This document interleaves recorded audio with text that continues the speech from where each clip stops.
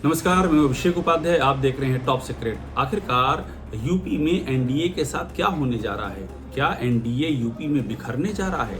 इसका तो ऐलान हो गया है और ये एक यूपी की राजनीति को लेकर के बहुत बड़ी खबर है। आप सोचिए, 2027 के चुनाव सिर पर हैं और उसके पहले अगर ये तस्वीर सामने आए कि एनडीए बिखर रहा है, यानी कि अब बीजेपी अलग, ओम प्रकाश राजभर की पार्टी अलग, अनुप्रिया पटेल की पार्टी अलग, संजय निषाद अलग, तो आखिरकार ये क्या होगा और ये क्यों हो रहा है और ये कैसे हुआ है? ये इस समय की सबसे बड़ी पॉलिटिकल खबर है कि एनडीए अलग अलग हो रहा है।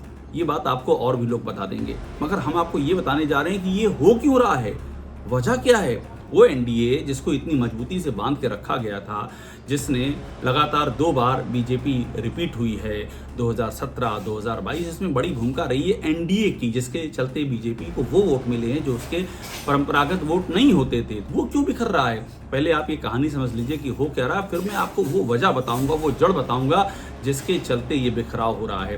कहानी यूँ है कि यूपी में आप जानते होंगे पंचायत के चुनाव होने वाले हैं। साल 2026 में पंचायत के चुनाव हैं और हो सकता है 2026 की शुरुआत में ही, यानी कि जनवरी फरवरी में ही इसकी अधिसूचना जारी हो जाए और मार्च अप्रैल में इलेक्शन भी हो जाए। एक बार मैं आपको बता दूं कि इस पंचायत के चुनाव में कितने बड़े पैमाने पर इलेक्शन होने हैं, कहाँ का चुनाव होने हैं, फिर मैं आपको ये पूरी कहानी एक्सप्लेन करूंगा।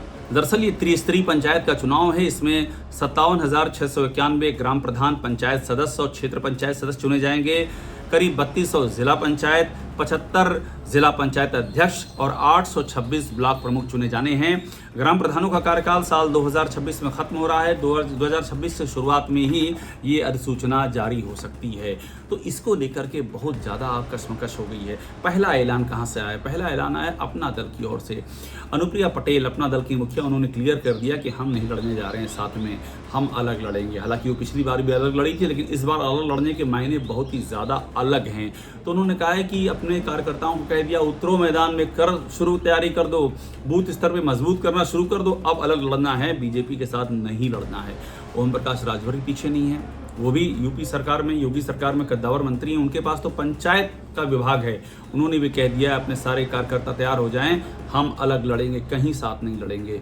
और डॉक्टर संजय निषाद ने भी ऐलान कर दिया है कि हम भी अलग लड़ेंगे, हम नहीं लड़ेंगे। देखिए, संजय निषाद ये बात पहले से कहते आए हैं कि वोट हमारा, राज तुम्हारा नहीं चले। ये इशारा वो करते आए हैं कि वोट तो आप हमसे ले रहे हैं, लेकिन आप हमको टिकट नहीं दे रहे हैं और उनको जो सम्मान मिलना चाहिए। अक्सर वो रोना रोते हैं कि अधिकारी हमारे साथ बदसलूकी कर रहे हैं, अधिकारी हमारी बात नहीं सुन रहे हैं। तो सरकार, यूपी सरकार उनको वो तवज्जो नहीं दे रही है जो बतौर कि जो कैबिनेट मंत्री हैं वो अभिन्न सहयोगी उनको मिलना चाहिए।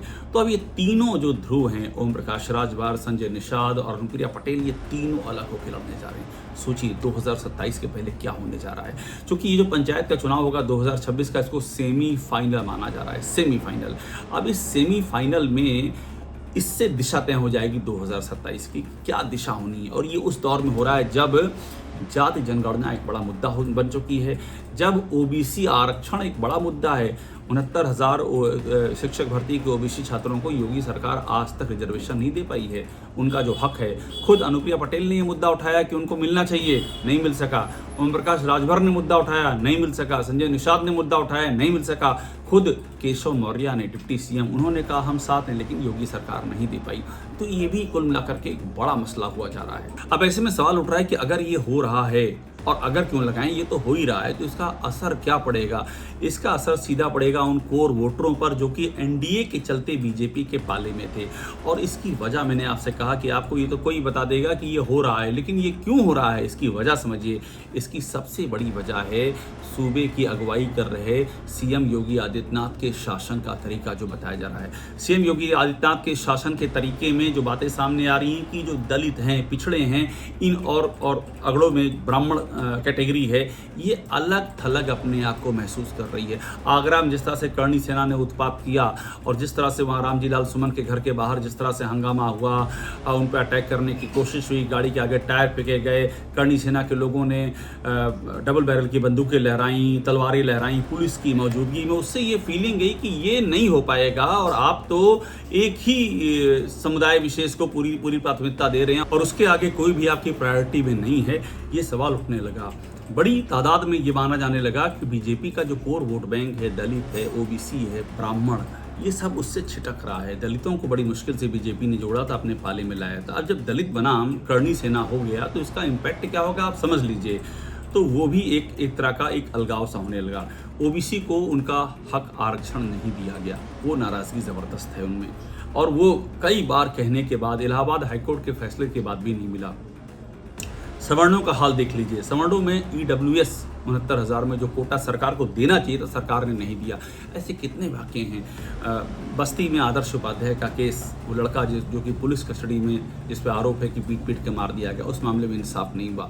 मोहित पांडे का मामला जो हुआ लखनऊ में, उसको लेकर के बहुत सारे सवाल खड़े हुए। परशुराम यात्रा रोक ली गई, जो ब्राह्मण समुदाय निकाल रहा था, उसको लेकर सवाल खड़े हुए कि आप करणी सेना को इजाज़त दे रहे हैं और परशुराम यात्रा को रोक रहे हैं। तो कुल मिलाकर के ये जातियाँ बिखर गई हैं, जिनको जोड़ करके बीजेपी ने सोशल इंजीनियरिंग की थी। और माना जा रहा है इसके पीछे बड़ी वजह है योगी आदित्यनाथ के शासन करने का तरीका और एक जाति विशेष का ठप्पा लगना। ये ठप्पा लगना कि आप लीडर यूपी के नहीं हैं, आप लीडर हिंदुओं के भी नहीं, आप एक जाति विशेष के नेता हैं, और उसी जाति के तमाम लोगों को बड़े बड़े पदों पर, मलाईदार पदों पर नवाजना। ये सारी बातें सामने आती रही, ये नैरेटिव बन गया और योगी आदित्यनाथ ने इस नैरेटिव को काउंटर करने के लिए कुछ भी नहीं किया। प्रशासन की स्थिति यह है कि बीजेपी जब लोकसभा में हारी तो हारने के बाद एक रिपोर्ट तैयार हुई, उसमें कहा गया कि प्रशासन तो बीजेपी के अपने ही कार्यकर्ताओं को नहीं सुनता है, ये योगी आदित्यनाथ का शासन है।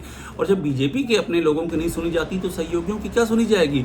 खुद संजय निषाद कितनी बार इसको लेकर एतराज कर चुके हैं कि हमारी सुनवाई नहीं है। आशीष पटेल, अनुप्रिया पटेल के पति, कार्यकारी अध्यक्ष अपना दल के, वो खुलेआम आरोप लगा चुके हैं कि ये सरकार तो मेरी टारगेट किलिंग करा रही है। इस सरकार के अधिकारियों का नाम ले चुके हैं। STF मुझे मरवाना चाहती है, मेरे सीने में गोली मार दो बोल चुके हैं। वो शिशिर सिंह, मृत्युंजय सिंह का नाम ले चुके हैं कि ये लोग मेरा कैरेक्टर एसोसिएशन कराना चाहते हैं। ये वो दो लोग जो कि योगी आदित्यनाथ के बेहद ही करीबी रहे हैं, आज भी करीबी माने जाते हैं। तो सहयोगियों की नाराज़गी खुलकर सामने आती रही। ओम प्रकाश राजभर की भी नाराज़गी कई बार सामने आई है।